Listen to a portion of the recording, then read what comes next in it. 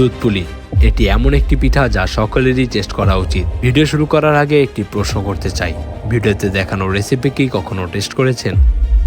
হ্যাঁ, হয়তোবা আপনারা খেয়েছেন, কিন্তু আমার দেখানো স্টেপস আর টিপস অ্যান্ড ট্রিক্স যা ফলো করলেই এর টেস্ট অ্যান্ড রেজাল্ট কোনো শেফ থেকেও কম হবে না, যা খেতে বেটার হবে বড় রেস্টুরেন্ট কিংবা একজন শেফ থেকেও। আর এটা এতটাই নরম তুলতুলে হবে যা মুখে দিতেই গলে যাবে।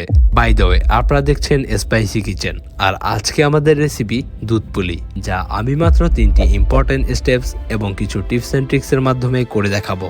তো সময় নষ্ট না করে স্টার্টিং উইথ স্টেপ 1। নারিকেল ছাড়া দুধ পুলি কিভাবে হয়?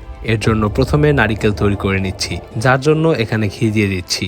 আপনারা ঘিয়ের পরিবর্তে তেলও ইউজ করতে পারবেন, বাট এখানে ঘি দেয় নারিকেল এবং ঘিয়ের মিশ্রণ অসাধারণ লাগবে। ঘি মেল্ট হয়ে গেলে ভালো অ্যারোমা আনতে এতে দিয়ে দিচ্ছি 2টি তেজপাতা ও 4টি এলাচ। এখানে অবশ্যই এলাচগুলোকে ফাটিয়ে নিতে হবে, এতে করে এর ফ্লেভার বেস্ট হবে। সাথে অ্যাড করছি 2টি দারুচিনি। আর হ্যাঁ, যখন দেখবেন সুন্দর স্মেল বের হচ্ছে, তখন দিয়ে দিব ফ্রেশ নারিকেল কোরানো 2 কাপ। এগুলোকে হালকা ভেজে নিব। এরপর দিয়ে দিচ্ছি খেজুরের গুড় 1 কাপের মতো। এখানে 1 কাপের কম ও হাফ কাপের বেশি গুড় দিতে হবে। আপনারা চাইলে আপনাদের টেস্ট অনুযায়ী কম বেশি করে নিতে পারেন। গুড়টি নেড়েচেড়ে মিশিয়ে নেব। হালকা মিশে গেলে এর মধ্যে দিয়ে দিব 1/4 কাপ পরিমাণে কুক করা লিকুইড দুধ। তবে দুধ কেন কম দিলাম? এখানে একটি টিপস, দুধ দেওয়ায় গুড়টি সহজে তো গলবেই, এবং সাথে যদি নারকেল ড্রাই থাকে তাহলে পুড়ে যাওয়ার সম্ভাবনা থাকে, কিন্তু দুধ দেওয়ায় তা আর পুড়বে না এবং গুড়টাও সুন্দরভাবে মিশে যাবে। কিছুক্ষণ রান্নার পর এর কালার ডার্ক হয়ে আসলেই তৈরি দুধ পুলির আসল টেস্ট। তবে খেয়াল রাখবেন যেন নারিকেলটি পুড়ে না যায়। এই পর্যায়ে চুলা থেকে নামিয়ে নিতে হবে। আর এরই সাথে শুরু হয়ে যায় স্টেপ নাম্বার 2, যেটা ছাড়া পুলি পিঠার আসল টেক্সচার আসবে না। হ্যাঁ, হয়তোবা ঠিক ধরেছেন, এখন পিঠার শীট তৈরির পালা। এখানে দিয়ে দিচ্ছি প্রায় 1.5 কাপ পানি এবং 1 চা চামচ লবণ দিয়ে মিশিয়ে নিব। পানিতে বলক আসলে দিয়ে দিব 1.5 কাপ চালের গুঁড়া। একটি লাঠির সাহায্যে এভাবে মিশিয়ে নিতে হবে। আপনারা কি কিছু খেয়াল করলেন? এখানে পানি এবং চালের গুঁড়ার পরিমাণ কিন্তু একই রাখতে হবে, যাতে করে ডোটি পারফেক্ট হয়, এবং ডো পারফেক্ট হলে ইউ নো দ্যাট।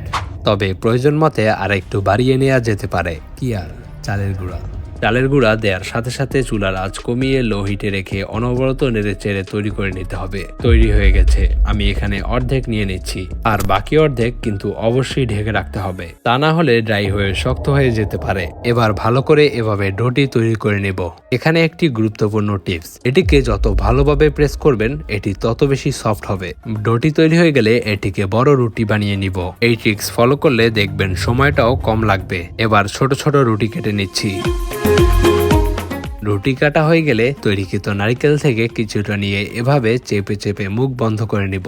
এক সাইড দিয়ে ছোট ছোট ফোল্ড করে নিয়ে একটি ডিজাইন তৈরি করে নিতে হবে। এখানে একটু খেয়াল রাখবেন যেন পিঠা তৈরির সময় পিঠাগুলো ফেটে না যায়। আমি সবগুলো পিঠা তৈরি করে নিচ্ছি। পিঠাগুলোকে ভেজে নিতে হবে। তেল গরম হয়ে গেলে এর মধ্যে পিঠাগুলোকে দিয়ে দিচ্ছি। দুধ পুলি পিঠা সফট হবার আসল ট্রিক্স হলো, যদি পিঠাটি ভেজে দুধে দেওয়া হয় তাহলে পিঠাটি অনেক নরম হয়, আর না ভেজে দুধে রান্না করলে হিতে বিপরীত হয়ে নরম হয় না। সবগুলো পিঠা হালকা ক্রাঞ্চি ভাব করে ভেজে নিচ্ছি।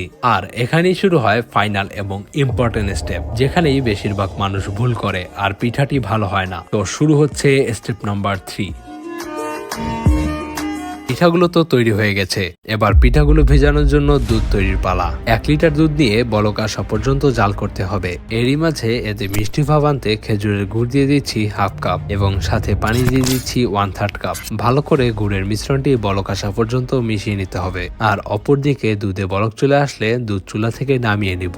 এখানেই বেশিরভাগ মানুষ ভুল করে। দুধ ও গুড় একই সাথে কুক করা যাবে না, তাহলে দুধে ছানা বেঁধে যাবে। এবার দুধে গুড়ের মিশ্রণটি দিয়ে মিশিয়ে নিব।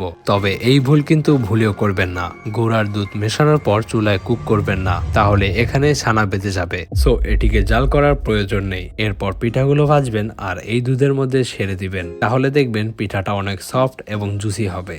পিঠাগুলোকে এর মধ্যে দিয়ে দিচ্ছি। 10 মিনিট পর দেখবেন পিঠাটি ভালোভাবে ভিজে যাবে এবং খেতেও অনেক সফট হবে, যা মুখে দিলেই গলে যাবে। আর আপনারা কিন্তু এই রেসিপিটি অবশ্যই ট্রাই করবেন। আপনারা না বানালে বুঝতেই পারবেন না এই পিঠাটার আসল মজা। আর আপনারা কি সহজ এবং সবচাইতে পারফেক্ট উপায়ে পাটিসাপটা পিঠা বানাতে চান, তো রাইট ভিডিওতে ক্লিক করুন এবং আপনিও শিখে ফেলুন প্রশংসনীয় পাটিসাপটা পিঠা, এবং লেফট ভিডিওতে ক্লিক করে জানতে পারবেন ভেজিটেবল রোল সহজে তৈরির আসল রহস্য। তো ঝটপট করে লাইক, কমেন্ট ও ফ্রেন্ডস অ্যান্ড ফ্যামিলির মাঝে শেয়ার করতে ভুলবেন না।